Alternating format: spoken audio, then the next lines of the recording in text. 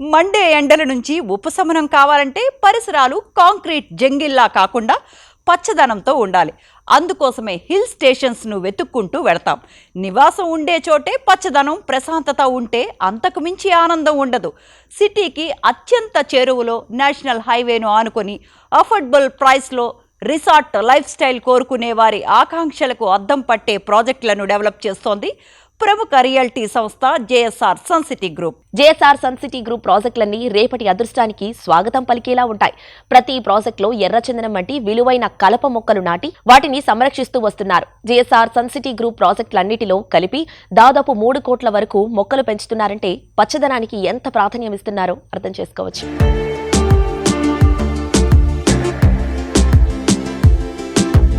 Hello sir, hi. నమస్కారం.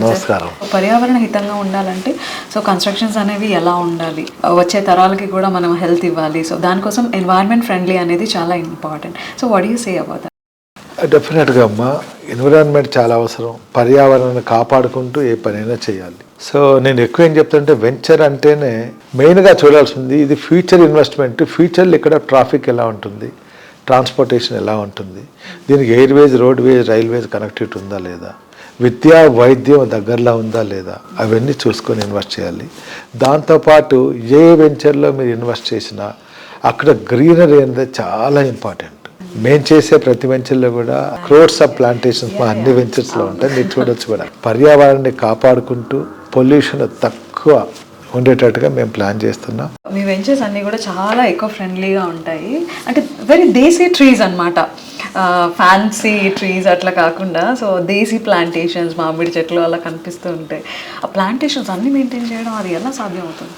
ఒక venture వేసామండి, అప్రూవల్ తీసుకున్న ప్లాట్లు స్టోనింగ్ వేసేసాం, డెవలప్మెంట్ చేసాం, ప్లాట్ సేల్ చేసేసి అయిపోయింది. సేల్ అయిన తర్వాత మీరు మళ్ళీ వెళ్తే అక్కడ ఆ ప్లాట్లో ఏముంటుంది చెప్పండి? ప్లాట్లో మట్టి ఉంటుంది, అంతే, ఓకేనా? లేదంటే పుట్టు ఉంటుంది. అందులో ఒక చెట్టు ఉంటే ఎలా ఉంటుంది?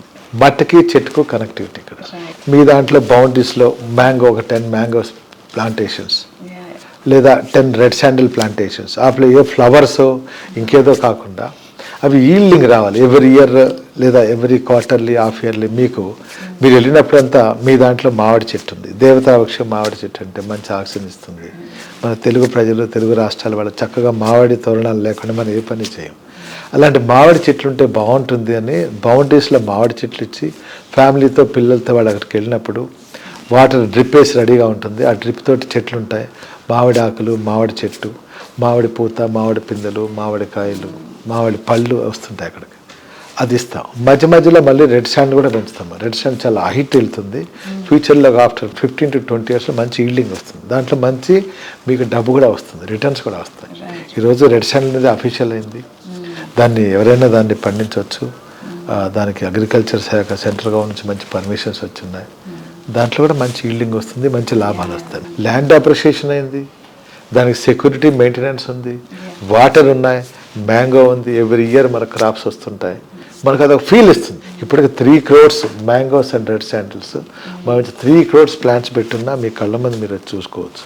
100 feet రెడ్ శాండిల్ ప్లాంట్ ఈ సైజ్తో కూడా మేము పెంచున్నాం. చాలా మంది తెలంగాణ స్టేట్లో రెడ్ శాండిల్ రాదు, మ్యాంగో రాదు అంటారు. పక్కా వస్తాయి, ప్రయత్నం చూడండి, వచ్చేస్తే. మేము చేస్తున్నాం, ఈరోజు కాదు, 2010లోనే నేను చేస్తున్నాను. ఒక 300 acresలో mango and red sandal approval లేఅవుట్లో పెట్టిన బౌండరీస్లో కస్టమర్స్ ఎంత హ్యాపీగా ఫీల్ అవుతారంటే అంత హ్యాపీ అవుతారు.